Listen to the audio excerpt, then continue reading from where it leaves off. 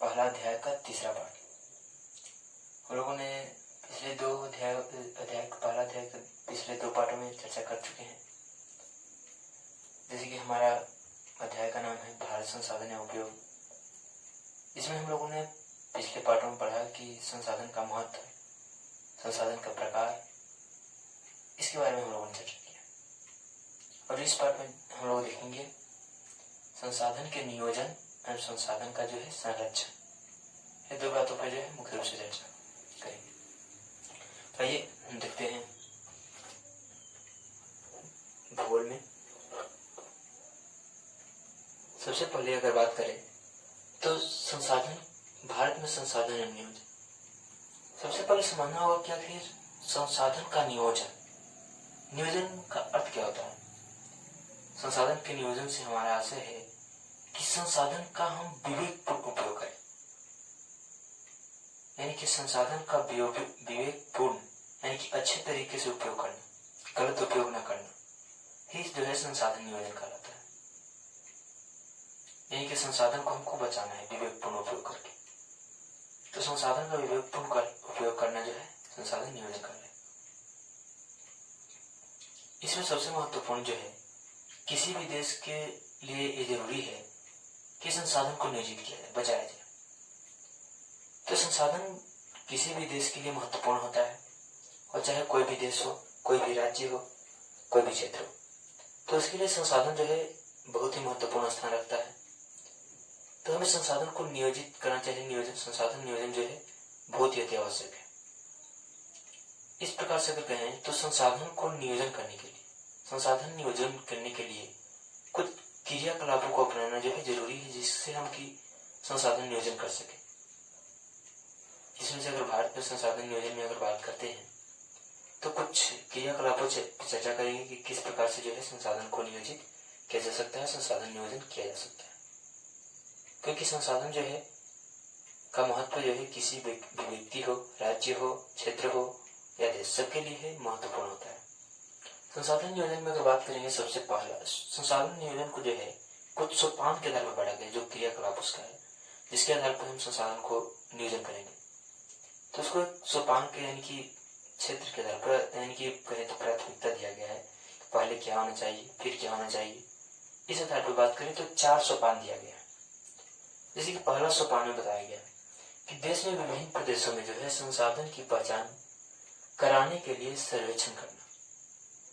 यानी कि सबसे पहले हमारा जरूरी है संसाधन नियोजन के लिए कि हमको संसाधन नियोजन करना है, तो सबसे पहले हमको देश के जितना भी विभिन्न क्षेत्र है, जितना भी प्रदेश है, सब में संसाधन के पहचान के लिए सर्वेक्षण करना चाहिए।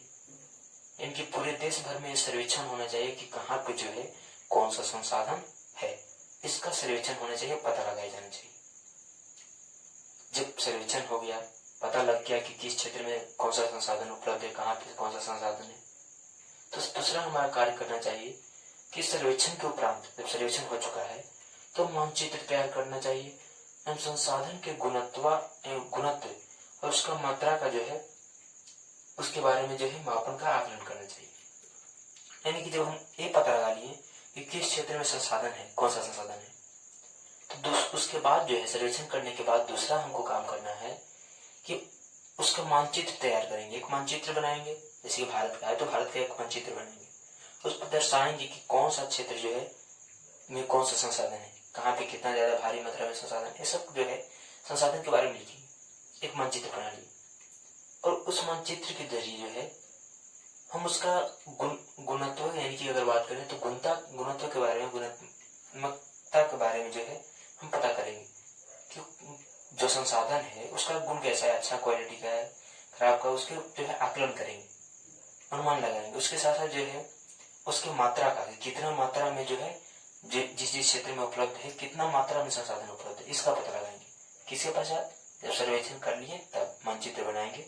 फिर उसके बाद जो है उसकी गुणात्मकता और उसके जो है मात्रा, कितना मात्रा में है, कितना यानी कि 1 टन है, 10 टन है, कितना संसाधन है, इसका पता लगाएंगे।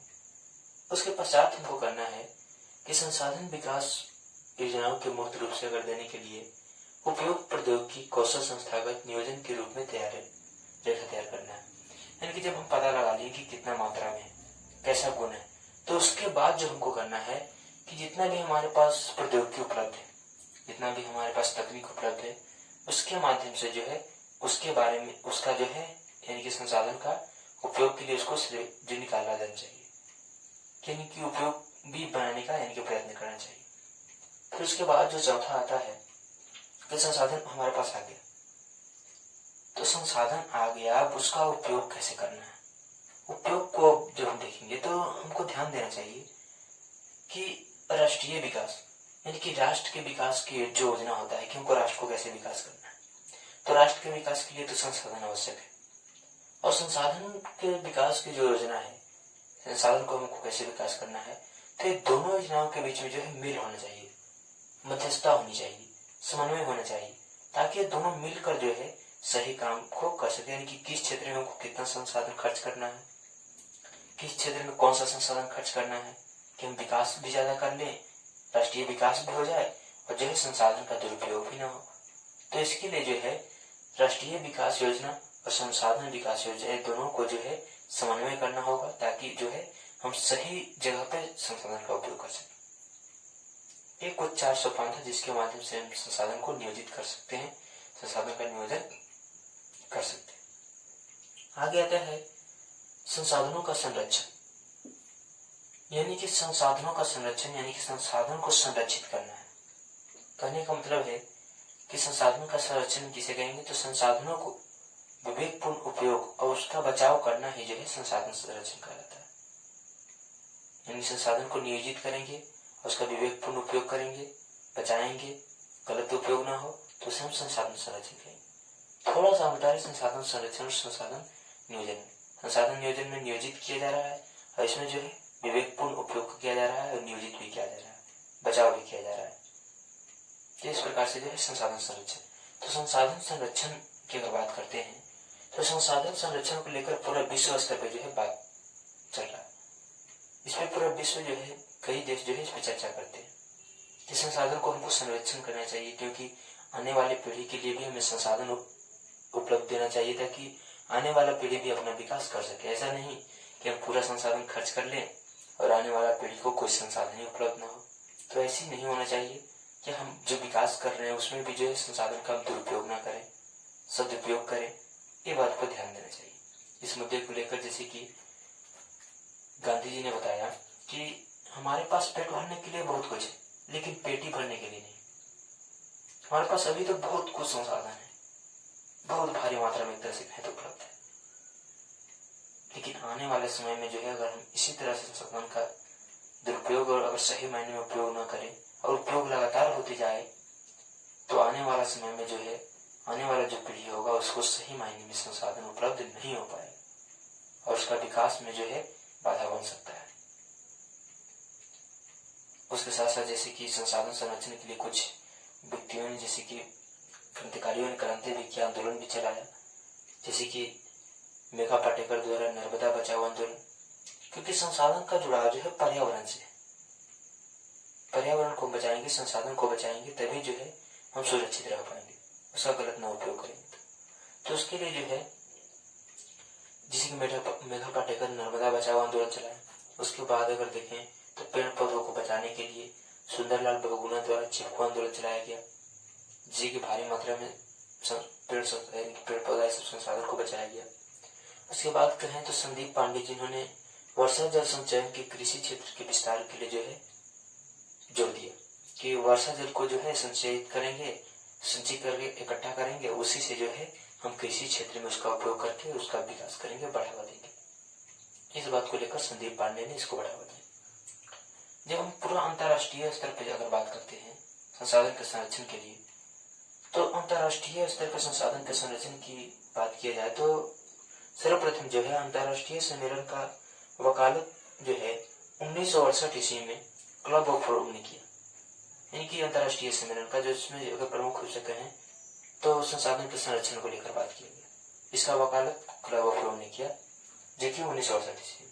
लेकिन सही रूप से अगर बात करें सर्वप्रथम विश्व में, तो विश्व में सर्वप्रथम स्टॉकहोम में जो है विश्व शिखर सम्मेलन का आयोजन किया गया, जो कि 1972 में।